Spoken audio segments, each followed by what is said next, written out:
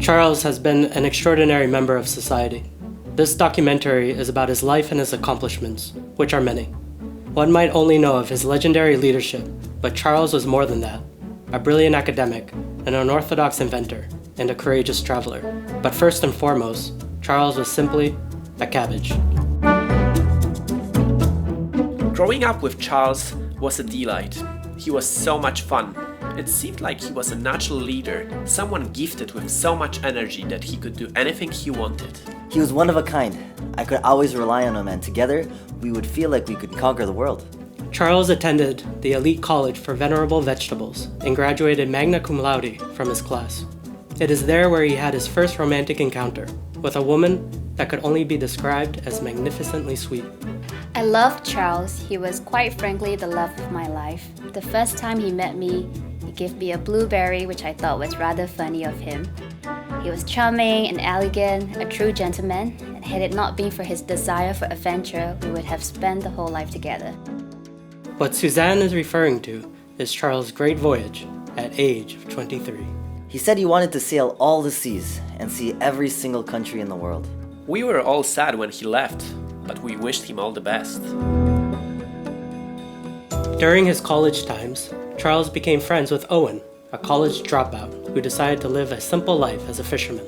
I was always an adventurer, someone who others would treat as an outcast, but would secretly be jealous of. Charles joined me. It was during that time that Charles, for the first time in his life, would experience what a vegetable's fate was like. Once we arrived in Colombia, we received sad news from New Hampshire. Charles' mother was chopped into pieces. He took the news very seriously. His loss affected our travels and changed him. It took him a year to get back on his feet. During that year, Charles met Peter, who by his friends was described as a nobody, someone with no prospects for life. Yeah, we didn't do too much, really. He was this dude that stayed at my apartment, seemed really sorrow, and we didn't really do too much.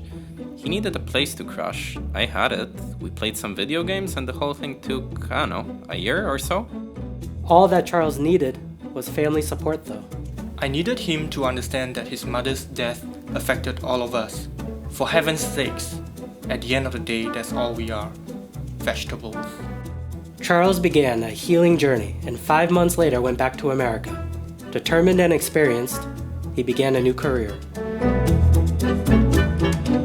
Charles was elected as a member of the Senate and quickly rose through the ranks to become a prominent American politician.